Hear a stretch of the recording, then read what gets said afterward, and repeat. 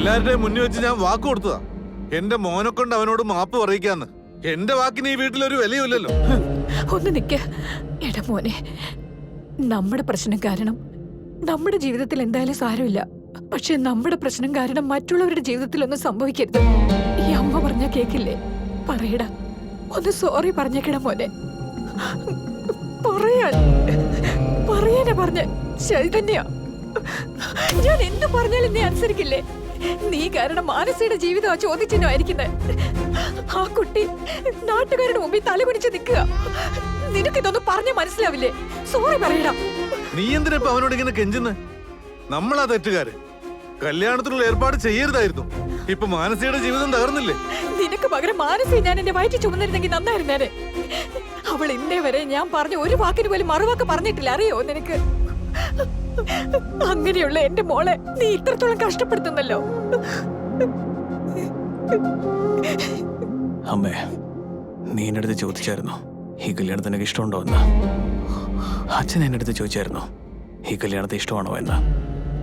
പോരാത്തതിന് മാമനും എന്നോട് ചോദിച്ച് ഈ കല്യാണത്തിന് ഇഷ്ടമാണോ എന്ന്. ഇതേ ചോദ്യം ഒരു തവണ നിങ്ങൾ മാനസിയോട് ചോദിച്ചിരുന്നെങ്കിൽ മനസ്സിലായേനെ. മാനസിക്ക് ഈ കല്യാണത്തിൽ ഇഷ്ടമില്ല എന്ന്. ഇത്രയും കാലം അവളൊരു അമ്മയില്ലാത്ത കുട്ടിയാണെന്ന് ഓർത്ത് വിഷമിച്ചിട്ടുണ്ടോ? നമ്മൾ കാണിച്ചത് സ്നേഹമൊന്നുമല്ലേ? മാനസിയുടെ മനസ്സില് എന്താ ഉള്ളതെന്ന് മനസ്സിലാക്കാൻ ശ്രമിക്കുമായിരുന്നെങ്കിൽ അമ്മേ, നിങ്ങൾക്ക് മനസ്സിലായെന്നെ. ഇപ്പൊ ഈ അവസ്ഥയൊന്നും വരില്ലായിരുന്നു.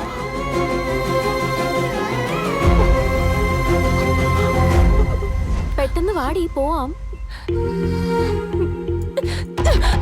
എങ്ങോട്ട് പോവാനാ? നിങ്ങൾക്ക് ആർക്കും ഇതുവരെ മനസ്സിലായില്ലേ?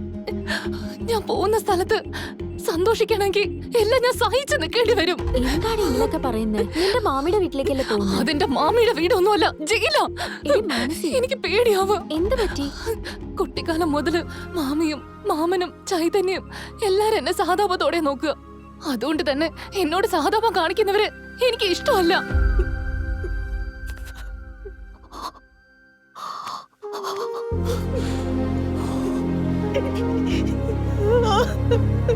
നീ കരയല്ലേ?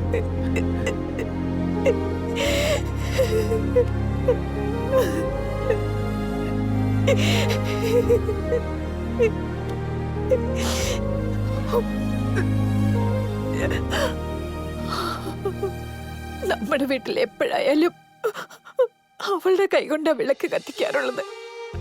നമ്മുടെ വീട്ടിൽ എന്ത് നല്ലത് നടന്നാലും അവളത് തുടങ്ങി വെക്കണമെന്ന് ആഗ്രഹിച്ച് അവൾക്ക് ഒരു ദോഷവും സംഭവിക്കരുതെന്ന് വഴിപാട് നടത്താത്ത അമ്പലങ്ങളില്ല, അറിയോ നിനക്ക്? അവൾ എന്റെ വയറ്റിൽ ജനിച്ച മതിയായിരുന്നെന്ന് ഞാൻ എപ്പോഴും വിചാരിക്കാറുണ്ടായിരുന്നു. അവളുടെ മനസ്സിൽ ഇതായിരുന്നെന്ന് ഞാൻ അറിഞ്ഞില്ല മോനെ. ഞാനാണ് അവളുടെ അമ്മ എന്ന് ഞാൻ വിചാരിച്ചു. എന്റെ വാത്സല്യം എങ്ങനെയാണ് അവൾക്ക് സഹതാപമായി തോന്നിയത്?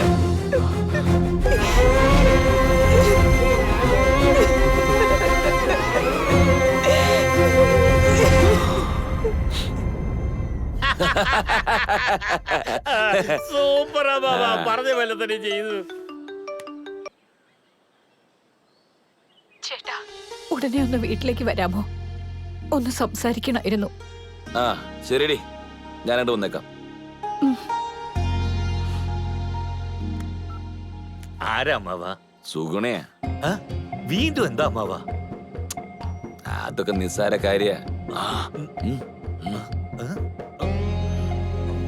നമസ്കാരം സുബ്രഹ്മണ്യം ചേട്ടാ. ചേട്ടനാ വിഷമത്തിലാണല്ലോ. ഇരിക്കേ. നാട്ടിൽ നല്ല നിലയും വില ഉണ്ടായിരുന്ന നമ്മുടെ ചേട്ടനെ ഇങ്ങനൊരവസ്ഥ കാണുമ്പോ എനിക്ക് വല്ലാത്ത വിഷമം തോന്നുക. ഒരേ ഒരു മകളല്ലേ, കല്യാണം നിന്നുപോയ എന്ത് ചെയ്യും? നീ ഒന്നും കൊണ്ട് വിഷമിക്കാതടാ. നമ്മള് പറയും പോലെ പറഞ്ഞ അവര് മനസ്സിലാക്കും. സമാധാനം കണ്ടെത്താം. അമ്മാവാ, നമ്മളെ പ്ലാൻ ഇവര് പൊളിക്കുന്നാ തോന്നുന്നേ. ഞാനിപ്പൊ തുടങ്ങാം. തെറ്റല്ല എന്റെ അമ്മാവിന്റെതാ. സോഫ്റ്റ്വെയർ ചെക്കൻ അവന്റെ പുറകെ കറങ്ങിയത് കൊണ്ടാ അവൻ ഈ പണി ഒപ്പിച്ചത്. സംഭവിച്ചതൊക്കെ നല്ലതിന് വേണ്ടിയാ. ഈ കല്യാണവും മുടങ്ങി. മിണ്ടാതിരിക്കടാ ഈ സുബ്രഹ്മണ്യം. കല്യാണം നടക്കില്ല. എന്തുകൊണ്ട് കല്യാണം നടക്കില്ല? നോക്ക് സുബ്രഹ്മണ്യം, നീ അങ്ങനെ പറഞ്ഞത് തെറ്റാണ്. ദേ നിങ്ങൾ നോക്കി, പയ്യൻ വന്ന് കല്യാണം വേണ്ടെന്ന് പറഞ്ഞാ എന്നെ കൊണ്ട് പറ്റില്ല കൈയും കാലും പിടിക്കാൻ. അവനേക്കാളും വലിയ സോഫ്റ്റ്വെയർ എഞ്ചിനീയർ കൊണ്ടുവന്ന് എന്റെ മോളെ കെട്ടിക്കണം. നീ എന്താണ് ഈ പറയുന്നത്? അമ്മാവന് ഊന്ന് പറ, നല്ലൊരു ചെറുക്കനെ ഞാൻ നോക്കി കൊണ്ടുവരാം. പിന്നെ സോഫ്റ്റ്വെയർ നമ്മുടെ വീട്ടിലുണ്ടല്ലോ. അതെ, എല്ലാരും ഒന്നും മിണ്ടായിരുന്നേ. ഞാൻ പറഞ്ഞൊന്ന് ശ്രദ്ധിക്കേ. സദാ എനിക്ക് ചേട്ടനാണ്, മാനസി എനിക്ക് മകളാണ്, രാമൻ ചേട്ടൻ നമുക്ക് എല്ലാവർക്കും അച്ഛനെ പോലെയാ. അതുകൊണ്ട് തന്നെ ഈ കല്യാണം നടക്കണം. എന്തു വന്നാലും ശരി, ഇത് ഞാൻ നടത്തും. അത്രേ ഉള്ളൂ. എന്തായാലും നടത്തണം. തീർച്ചയായും നടത്തണം. എന്നാ കേട്ടോ, ഈ കല്യാണം നടക്കില്ല. അമ്മാവ എണീക്ക് അമ്മാവ. ഇനി ഇവരുമായിട്ട് യാതൊരു ബന്ധവും വേണ്ട. വാ അമ്മാവ. നമുക്ക് വേറെ ചെറുക്കനെ നോക്കാം അമ്മാവ. ഞാൻ നോക്കി. ഈ സുബ്രഹ്മണ്യൻ എന്ത് പറ്റി? ബുദ്ധി ദുബായിൽ വെച്ചിട്ടാണ് ഇങ്ങോട്ട് വന്നത്. നമ്മൾ വിളിക്കുന്നവരും അങ്ങോട്ട് പോകുന്നു. നമ്മളിവിടെ സംസാരിക്കുന്നതിന്റെ ഇടയ്ക്ക് ഒന്ന് വിളിച്ചുകൊണ്ട് പോകുന്നു. അത് തന്നെ.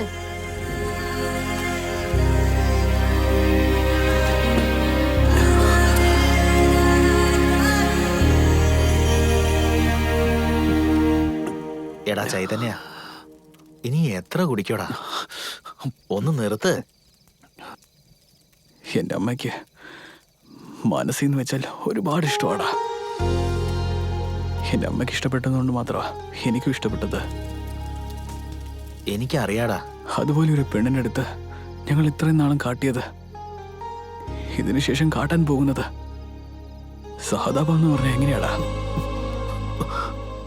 ഞങ്ങൾ കാണിക്കുന്ന സ്നേഹമൊന്നും അല്ലെന്നാ പറഞ്ഞേ.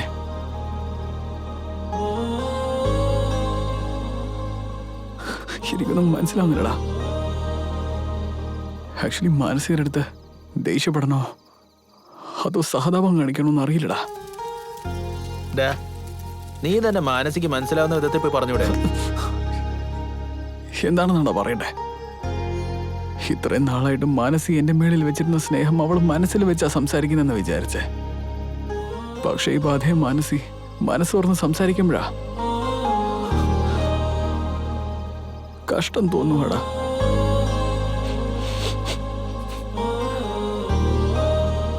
എന്നെ കൊണ്ട് പറ്റുന്നില്ല.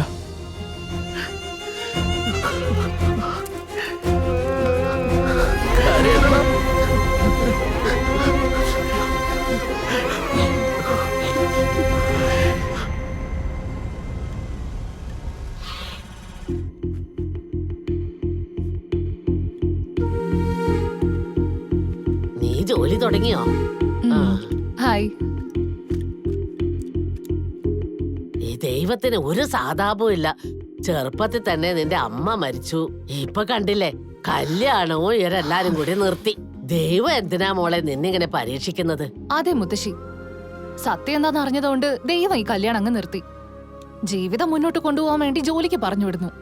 മുത്തശ്ശി ഇതൊക്കെ ആലോചിച്ചിട്ടേ വല്ല അസുഖവും വരുത്തി വെക്കണ്ട കേട്ടോ. ആ ശരി. വെറുതെ അവളോട് കളിക്കല്ലേ. കല്യാണം നിന്ന് പോയ ദേഷ്യത്തിലാ സൂചിയെടുത്ത് അങ്ങ് കുത്തിത്തരും. ആ,